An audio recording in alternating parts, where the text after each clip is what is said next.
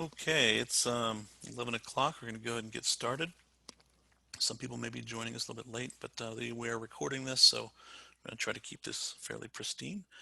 A little bit about me, real quick. My name's Thomas Weeks. People call me Tweaks. Been in the industry for about 25 years, and from military, DoD, government contract worked at Rackspace for 17 years as a lead engineer there. Doing various things, everything from, well, actually, I was used to, back in the dot-com days, used to sleep under the desks, and back in the startup days in '99, and before um, did internet hosting, did a lot of Linux, did a lot of Windows. Um, it really got into security, kind of not officially, but it was one of my hats I wore. So when you have 15,000 vulnerable DNS servers, you got to take care of the network of all those machines. Even if the customers don't patch their own systems, if you want to keep your network secure, you have to make sure that the majority of the machines on your network are secure. So we would have to have patching parties and patching scripts and all kinds of stuff. So lots of fun stuff over the years. Then came to Virginia Tech in the cyber range in 2017, and so I've been with the cyber range for 3 years, and doing cybersecurity virtual machines in the cloud, making these virtual machines that we use in the cyber range, working with authors to help them write content that works on the range, and we're writing some of my own content. Actually, the lab we're doing today is some content I wrote to do high school security classes to teach kids firewalling, basically, but in a fun way. So I didn't want to just jump into a firewall and say, this is called an ACL. Instead, we're taking an approach of kind of defending how to defend your laptop if you open it in an airport, type of thing, which is very common, or a coffee shop or McDonald's or anything like that. So a little about the cyber range. So the cyber range, I'll flip over here to the main website. Here, this is we're doing the Virginia cyber range today, but let me just go out here to Virginia cyber range. So the Virginia cyber range was mandated by some Virginia legislators, allocated some funds to create the cyber range for doing cybersecurity infrastructure and training resources for teachers. So this is a free service we provide to all university and all public schools, so high school, junior high, community college, universities, public institutions that need to teach cybersecurity, but they don't want to install hacking tools on their own networks, or they can't install any software on their networks. This allows us to do all this dangerous stuff, just like a gun range is where you go play with dangerous objects in a safe environment, or a tank or missile range. The cyber range is where we play with dangerous tools in a safe environment. So that's kind of what created us. We got so much requests for this, we created the U.S. cyber range so other states and municipalities and even companies can purchase these resources from us at very, very low cost compared to some of the other commercial solutions out there. And it's a community of purpose too. So we have people in the community and teaching environment who are pouring content and courseware into this. So it's a really great, all of our stuff is published Creative Commons, so that you can just download it and use it, customize it, send it back to us. We really like that kind of stuff, that kind of community of purpose stuff. So real quick, what we're going to be talking about today. First of all, disclaimer: this lab exercise is unpublished. It's a lot of fun. I call network security, defending against airport hackers. A little bit about the cyber range. We are a nonprofit. The Virginia Cyber Range is a nonprofit that does, there we go, does cybersecurity infrastructure for Virginia educators. And we have the U.S. Cyber Range, which is free for everyone, or I'm sorry, which is a fee-based service for everyone else in the United States that wants to use our services. It's uscyberrange.org instead of virginiacyberrange.org. And this is the content we're going to be going over today: stopping hacker scans in airports and coffee shops. And here is how to get to it, the actual working draft here. This has not been approved by the Virginia Cyber Range courseware curriculum folks. Shoot. So this is a kind of a handout I created for high schools, junior highs, community colleges, and universities. So this has not been vetted or proofed or anything, or approved for, you can't get to it by downloading our courseware. So you go to our main website, you see a courseware area where you can search our courseware. You can search penetration for pen testing. You can go over here to the exercise environment, which is what we're going to be today. That's where our actual virtual machines are, so we can play with dangerous things in a safe environment without installing hacker tools on our own machines, and without having to download VMware Player and big giant images. We use the exercise environment to hold all the virtual machines that we use for these labs and series. So if you want to go ahead and download this PDF, along with today's session, if you click on this link and enter this registration code, you will get a 1-week student account in the CyberRange to play with this lab. So while I'm going to be going through this lab fairly quickly, don't try to follow along. I'd recommend just downloading it and then playing with it later in the week, so we'll have to be more time to do the hands-on, because we've got about 30-40 minutes to do this, and we're not going to be spending a lot of step-by-step time going through each step.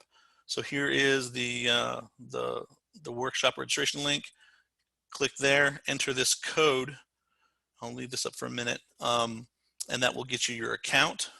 And don't forget to download this PDF up here.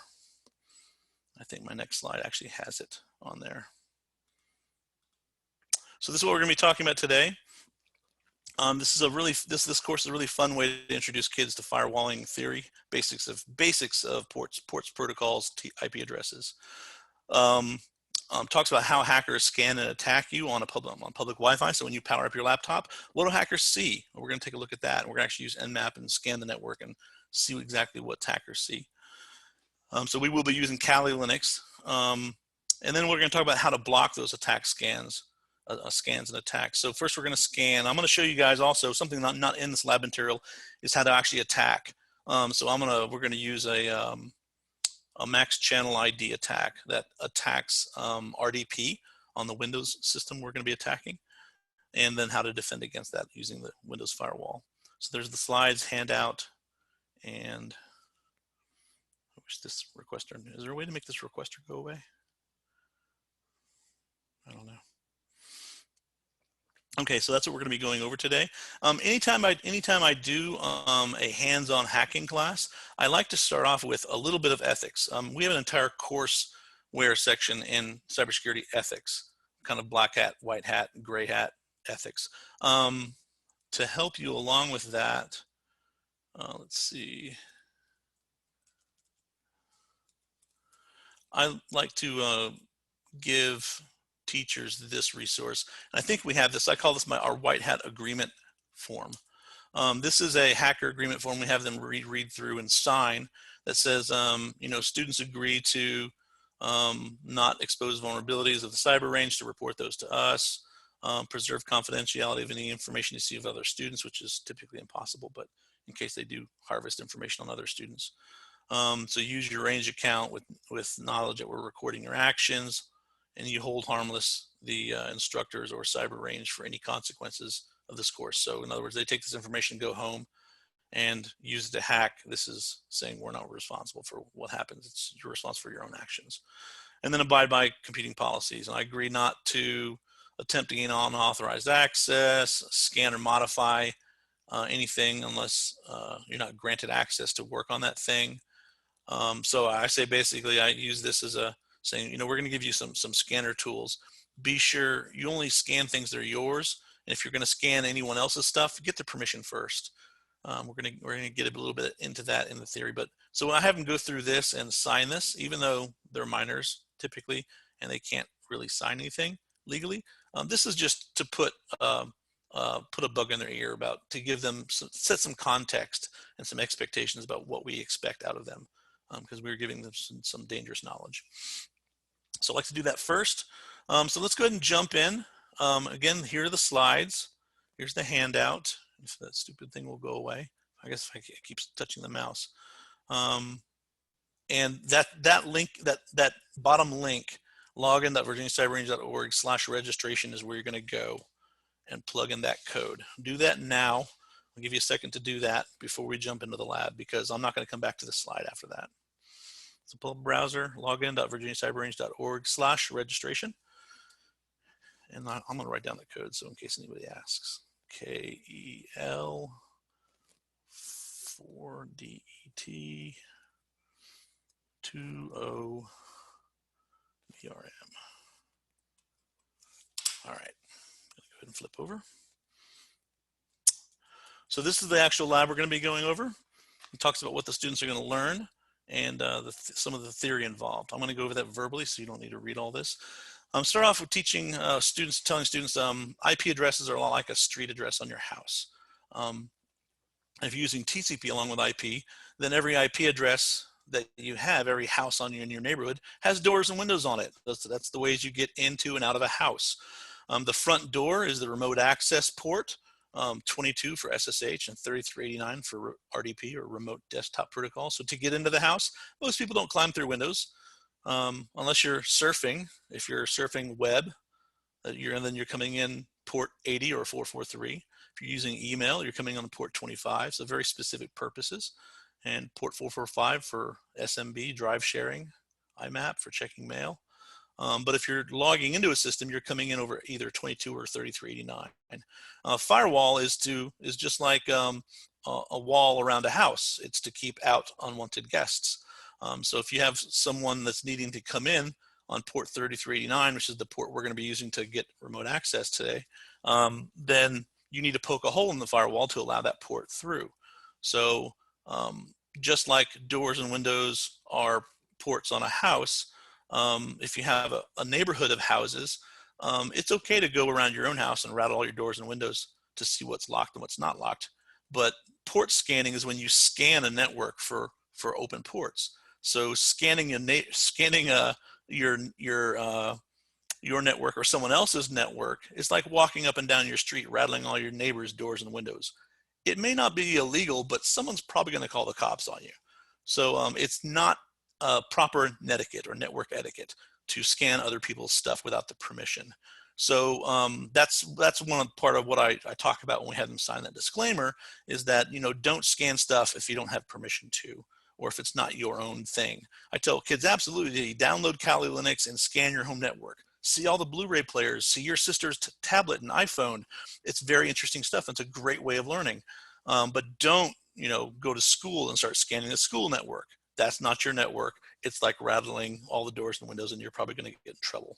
In some states, it's actually illegal. It's actually considered a prelude to an attack and can actually have legal fines associated with that. So I'd like to spend just a couple minutes on that real quick. And then we're going to actually mention that here.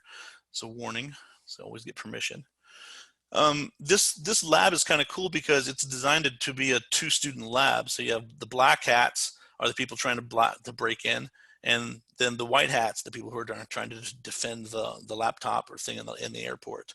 And so I like to do that, sit 2 kids down at either 2 laptops or 1 laptop, and they can work together and see what each other is working. And a lot of parents get nervous when I say, hey, we're doing a black hat, white hat class, or we're teaching kids how to hack. We're not necessarily just teaching kids how to hack, but you can't defend against what you don't understand. And that's the premise in using a cyber range. When you're playing with dangerous objects, in a gun range, it's to do good things. It's not to, we're not mercenaries. We're typically teaching soldiers and policemen and defenders how to defend, how to use tools to defend. Same thing with black hats and white hats. We're playing with dangerous tools so we can understand how they work so we can defend against them. There you go. That's my spiel. Okay, so the resources required are going to be the virtual machines. We're going to look at it in the range. I hope you're logged into the range. Again, don't follow along. I wouldn't follow along, teachers. You're going to have this login for a week so you can play with it, but so just kind of follow along. It talks about the initial setup. We get 2 virtual machines, a Kali Linux desktop and a Windows machine. We do have working DNS in the cyber range. So I think the machine names are, here we are, Kali.example.com is the attacker system, the black hat system. The white hat is on the Windows target.example.com system. So those namespaces fully work in the range. So first thing we do is get logged in the range. So you all came in through an invitation code by going to this /registration at the end.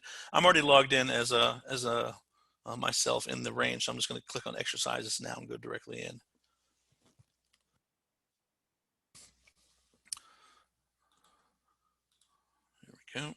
And I see a little bit more than everybody else. I've got a God account on the cyber range. So these are basically all the courses everywhere, being offered everywhere in Virginia right now. So lots and lots of schools and systems. So I'm going to go ahead and look for my hacking and defense, if I can spell hacking right. Hacking and defense class. So this is our network security course. So the way that our cyber range is organized is you have courses you invite students to. For example, this could be a period 1 or period 2 or period 4 course for my period 1, 2, or 4 students. And they have a roster just for those students. And then within the course, you have labs and exercises. You can have up to a maximum of 3 exercise environments. Each of these environments has all your students in it. So ours is going to be after you get this far, you should be dumped in here right after you get logged in. If anyone hasn't not been able to log in, kind of message Vicky and we'll get you the invitation code again. But the slides, by the way, if nothing else, get the URL for these slides. vacker.io/airport-hackers, and you'll have everything we're talking about here, including the PDFs. Okay, so vacker.io/airport-hackers, and that'll get you everything. So I'm going to go down here and click on the Kali Linux and vulnerable Windows environment. And you can see I have several of you in here right now. Someone's already logged in. You click on the power button to power up, and stop button to stop, and click on the play button to log in. You'll see if you click on play, you've got 2 logins. I've got a Kali login and a target login. So we're going to click on the Kali first. This is going to be the hacker system. So this is Kali Linux. Same thing you get when you download the Kali ISO or thumb drive. So just like that. And then I'm going to go ahead and open up the, click on this tab, click on the target.example.com, and this will open up the Windows. As soon as you come into Windows, this is an unregistered Windows. Do not activate it. You can either click Ask Me Now or Ask Me Later or Cancel. And as you can see, this is I think this is Windows Server 2008 with a Windows 7 UI on it. So pretty old looking. We like old and crusty because we attack things that are old and vulnerable and crusty. So that's why we have this here. We don't recommend using this Windows lab for teaching patching because this is an unsupported version of Windows now. We would recommend going out and getting in one of our images with Windows 10 on it or something like that, or Windows, one of the new server editions. All right, and I'm going to flip over to my other here. So going back and forth, let me see here. I want to make this toolbar thing disappear. Here we go. You guys can't see that, but this is my Zoom session GUI here. So this is my hacker system.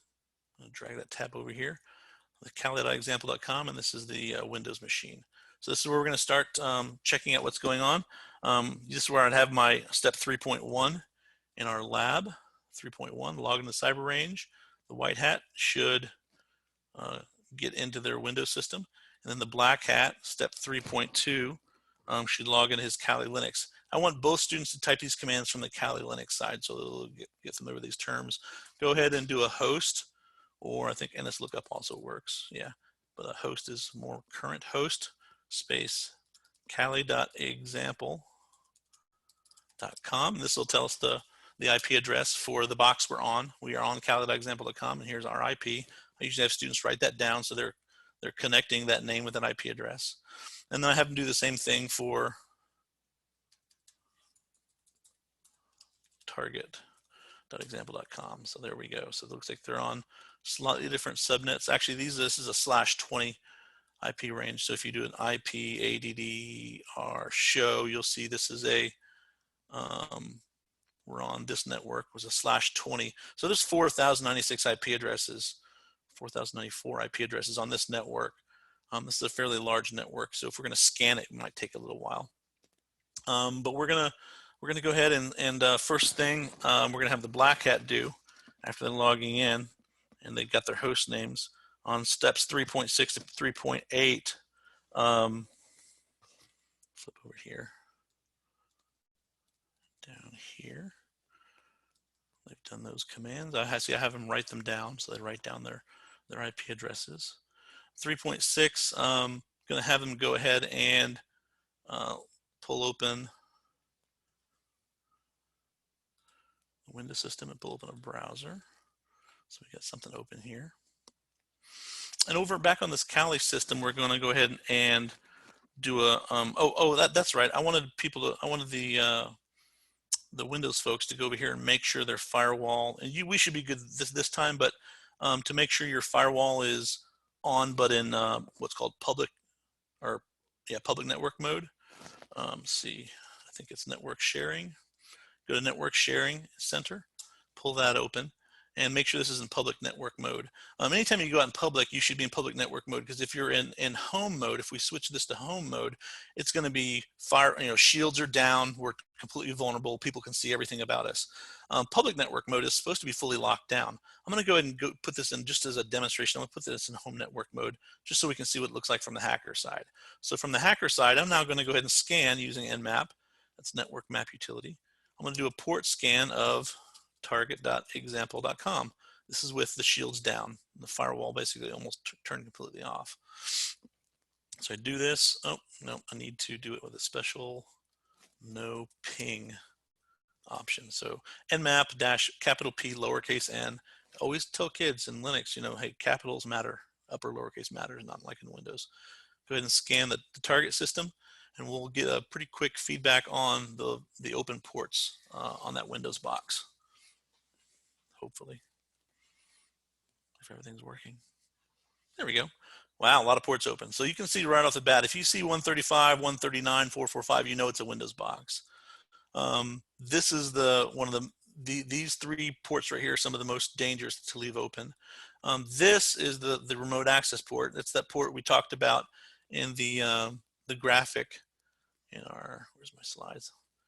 Port 3389, that's that front door, remote desktop protocol. That's what we're actually using to get this graphical environment. So to get the GUI, we are coming in over port 3389. That's terminal services, remote desktop protocol.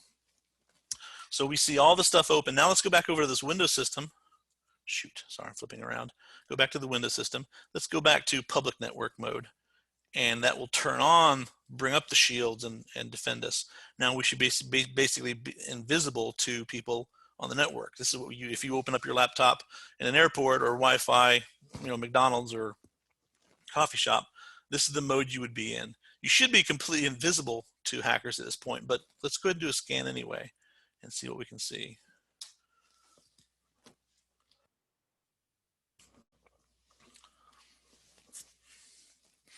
Okay, I'm not completely hidden. People can still see port 3389. The reason Microsoft leaves this open even in public mode is because this is how you would get help if you got Microsoft rep to help you on doing a remote desktop. So if they can get into your box and actually fix stuff for you, or your local system administrator needs to fix something for you on your system, this is the port they would come in on. So this, just like on Linux systems, we typically leave port 22 open so you can remotely access and administrate a box. Port 3389 is used for the same thing in Windows.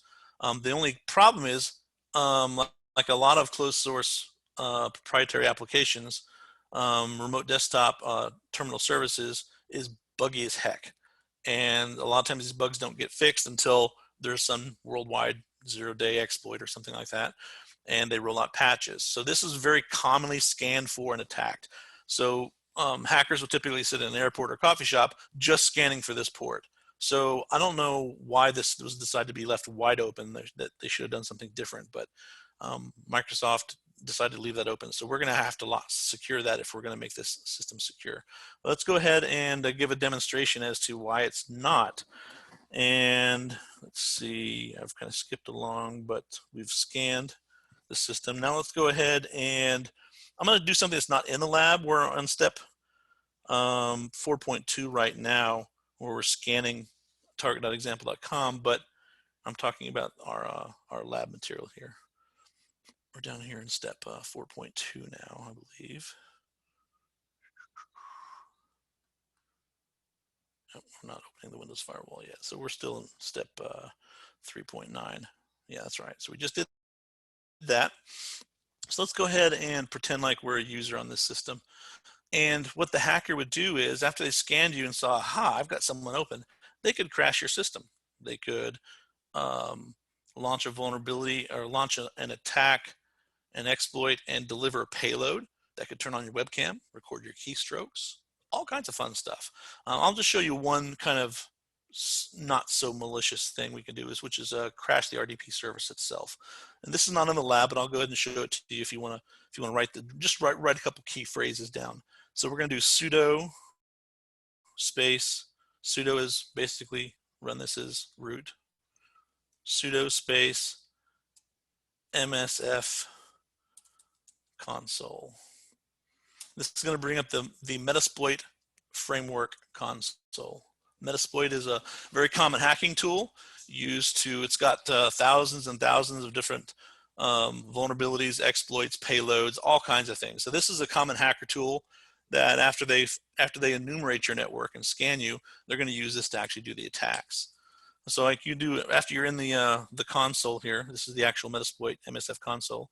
I could say search for the attack we're going to use here is the max channel attack, I believe it is. I've not set the system up before, so it's not using a database, so it's very slow.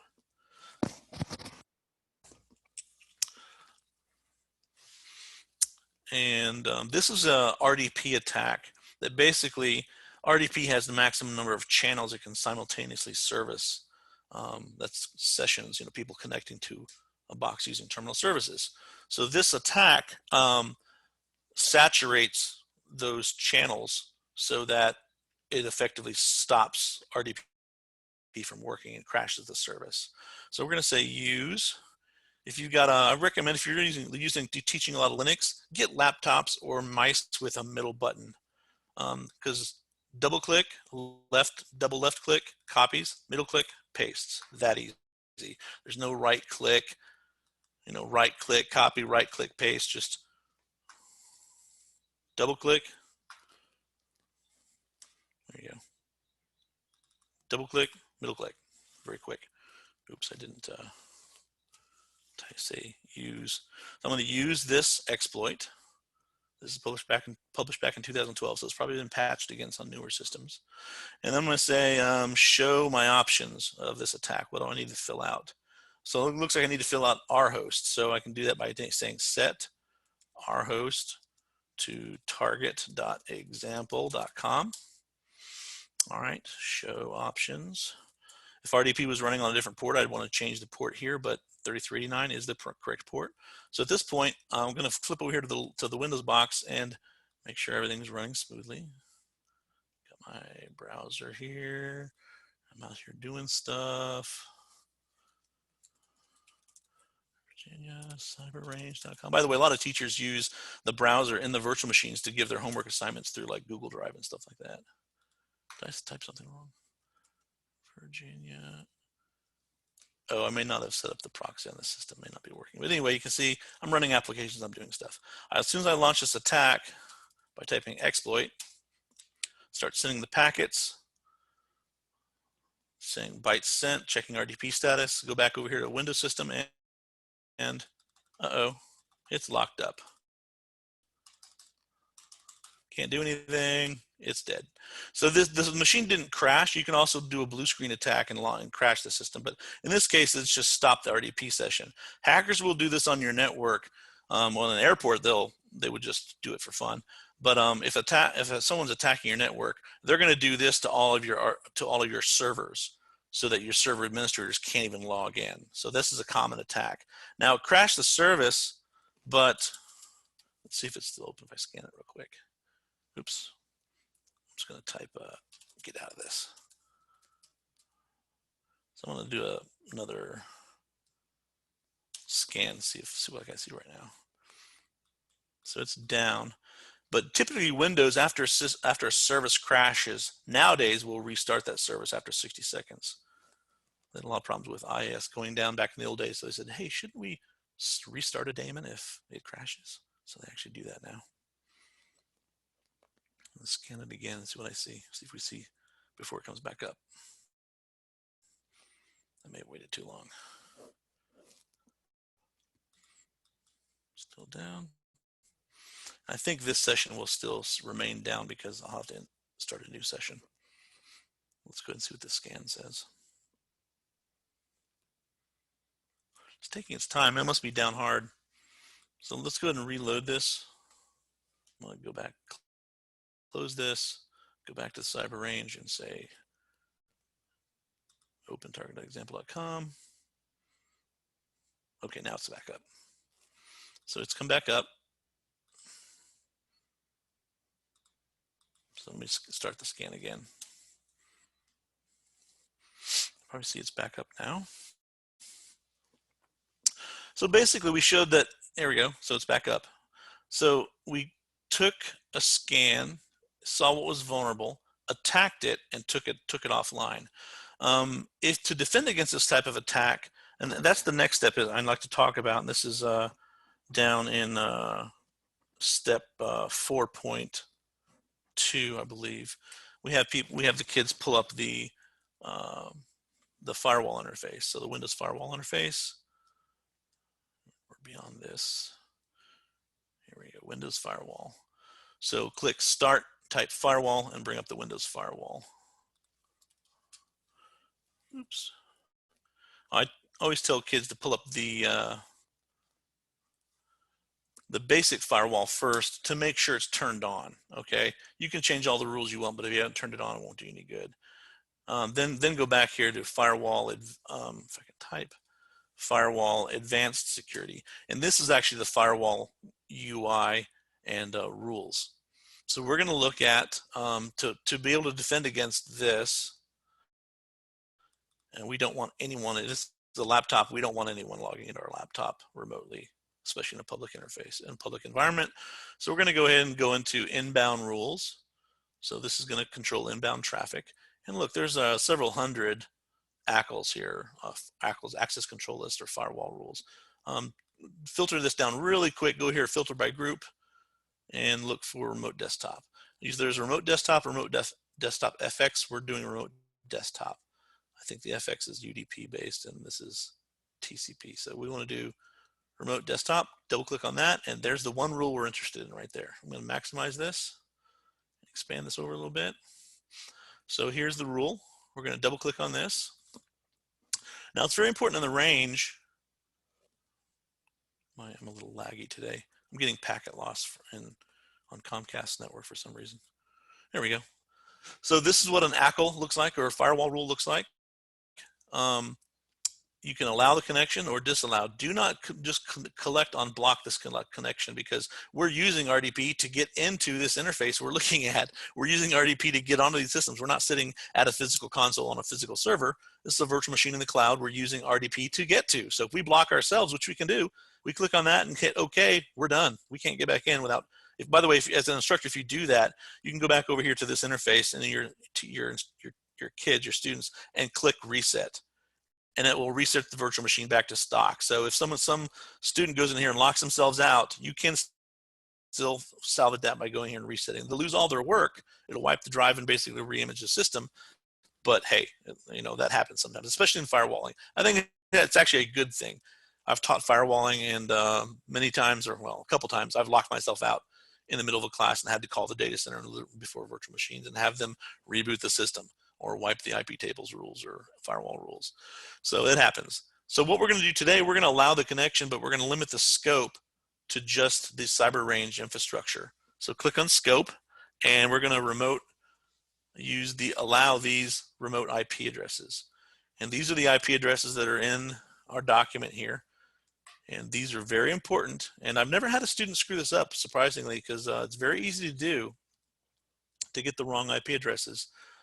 Boy, really further down here, aren't we? There we go. So there's the firewall rules. And we're going to add these IP ranges. It's at 10.1. There we go. 10.1.0.0/20. And this is a good opportunity to also talk about IP addresses and subnets.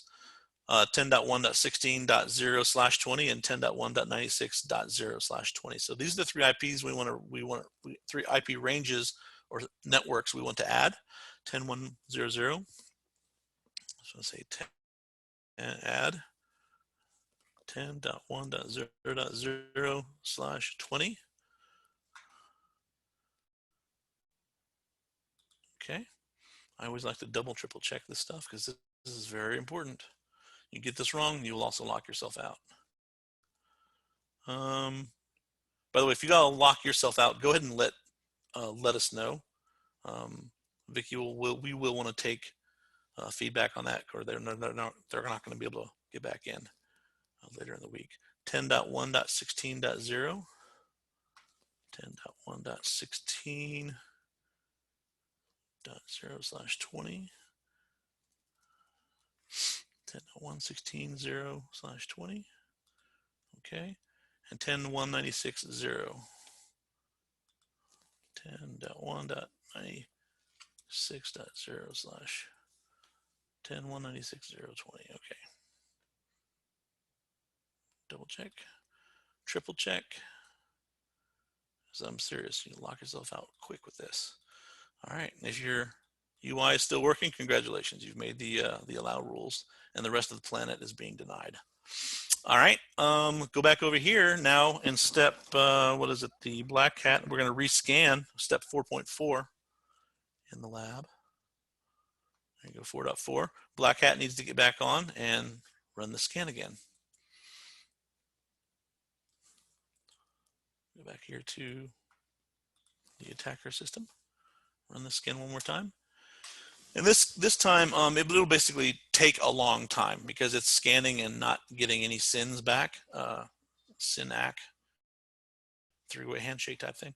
It's not getting any ACKs, ACKs, acknowledgements back from the target system at all. It looks like a black hole now. So if that's the case, then you're successful. You've just secured that Linux laptop or that Windows laptop or Windows system. So that's the rule we added, that we modified, I should say. Double click on it.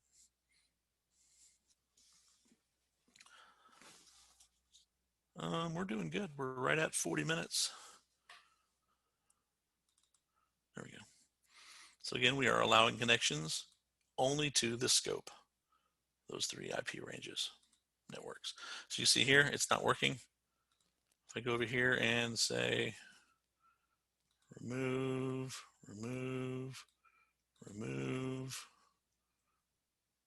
very dangerous. I just say any IP. Yeah, that's safer. So we're allowing any IPs now. Okay. And now we should be able to scan it again and get 3389. I'd like to put things back to like they were at the end of a lab, because then your next lab is going to come along. And if you haven't reset all your students' machines, then they're going to be in a locked state from your previous classroom lab. So that's about it.